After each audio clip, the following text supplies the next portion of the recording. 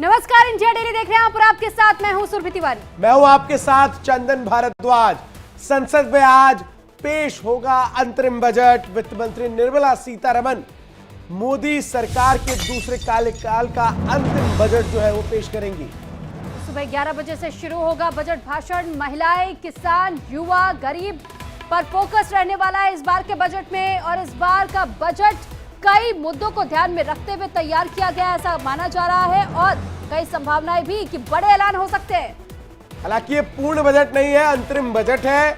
और पूर्ण बजट जो है वो चुनाव के बाद सरकार का जब गठन होगा तब आएगा। लेकिन इस अंतरिम बजट में एक रूपरेखा तय होती है कि आखिर किस तरीके से किस किस सेक्टर पर कितना जो है वो धनराशि आवंटित किया जाएगा। क्या कुछ सरकार की जो आगामी रणनीति है देश की अर्थव्यवस्था को मजबूत बनाने के लिए वो हो सकती है। और आज आपको बता दें कि मौका खास इसलिए भी है क्योंकि सुरभि नए संसद भवन में ये पहला बजट भाषण होगा और वित्त मंत्री निर्मला सीतारमण रिकॉर्ड जो है 6ठी बार बजट पेश करेंगी।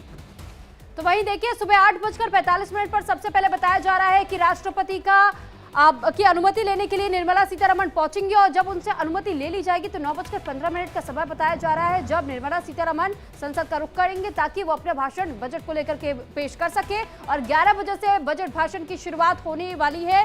अब तक की मिली जानकारी के अनुसार ये तमाम जानकारी हम आपको दे रहे हैं। और अब इसी से जुड़ी एक रिपोर्ट भी आपको दिखा देते हैं। Gender analysis of the budget aimed at examining the budgetary allocation.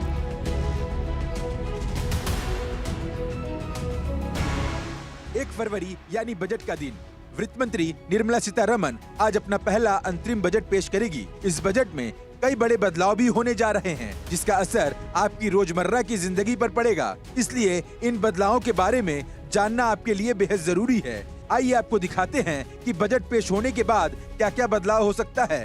पहला बदलाव एलपीजी के दाम पर हो सकता है। हर महीने की पहली तारीख को oil marketing company LPG cylinder की कीमतों में बदलाव करती है। सिलेंडर की कीमतों का असर सीधे आम आदमी की जेब पर पड़ता है। ऐसे में अब ये देखना है कि आज एलपीजी के दाम पर राहत मिलेगी या फिर जोर का झटका लगता है। दूसरा बदलाव आईएमपीएस मनी ट्रांसफर पर होने जा रहा है। अब केवल रिसीवर के फोन नंबर और बैंक अकाउंट का नाम जोड़कर आईएमपीएस के जरिए पैसे ट्रांसफर कर पाएंगे। National payment corporation of India के मुताबिक अब पैसा ट्रांसफर करने के लिए आईएफएससी कोड की जरूरत नहीं पड़ेगी। तीसरा बदलाव एनपीएस विड्रॉल पर होने जा रहा है। अब केवल एनपीएस यानी नेशनल पेंशन फंड से केवल अपने पहले घर की खरीद या निर्माण के लिए ही पैसा निकाल पाएंगे। पेंशन फंड नियामक और विकास प्राधिकरण ने जनवरी में एक मास्टर सर्कुलर जारी किया जिसमें राष्ट्रीय पेंशन स्कीम के तहत निवेश किए गए पैसों को निकालने के लिए दिशा निर्देश दिया गया था। चौथा बदलाव फास्टैग ई केवाईसी पर होने जा रहा है। अब बिना केवाईसी वाले फास्टैग नहीं काम करेंगे।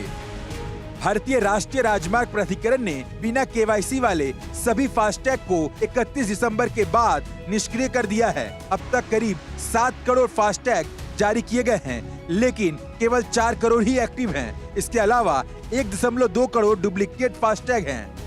यानी अगर आपने अभी तक अपना फास्टैग का केवाईसी पूरा नहीं किया है तो उसे तुरंत कंप्लीट करें वरना ये काम नहीं करेगा और आपको गाड़ी सफर करने में दिक्कत होगी। पांचवा बदलाव धन लक्ष्मी एफडी स्कीम में होने जा रहा है। पंजाब एंड सिंध बैंक की स्पेशल एफडी जिसे धन लक्ष्मी 444 दिन कहा जाता है जिसमें निवेश का कल आखिरी दिन था। इसके साथ ही मोदी सरकार बजट में कई और बदलाव करने जा रही है जिसका सीधा असर आम जनता पर होगा। Bureau report, India daily live. तो आज मोदी सरकार दूसरे कार्यकाल का अंतरिम